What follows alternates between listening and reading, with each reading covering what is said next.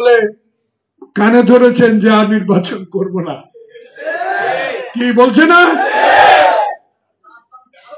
দাঁত ভেঙে দিয়েছে না?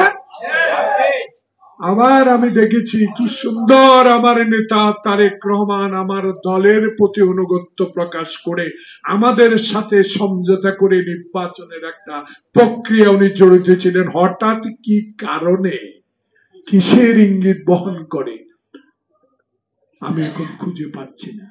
এখন বলে আবার কেউ কেউ বলে নির্বাচন কমিশন না বদলালে নির্বাচন হবে না। আবার কেউ কেউ বলা শুরু করেছে শাপলা না দিলে দানের শীষ বাদ দিতে হবে। আরে খবরদার, খবরদার, শহীদ ধানের শীষ নিয়ে কোনো কথা বলা যাবে না।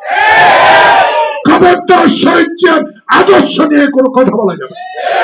খবরদার, স্বাধীনতার ঘোষক, সেক্টর কমান্ডার, বাংলাদেশের গণতন্ত্র পুনরুদ্ধারের জন্য যে সংগ্রাম শহীদ করেছে তাকে নিয়ে কোনো কথা বলা যাবে না।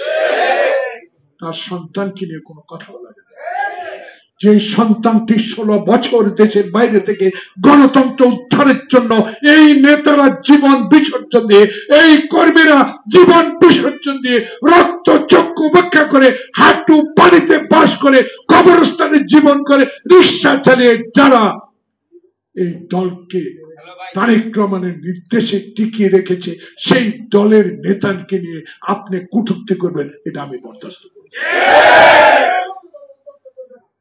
আমরা বরদাস্ত করতে পারি না, কারণ আটলান্টিক মহাসাগরের মতো দল।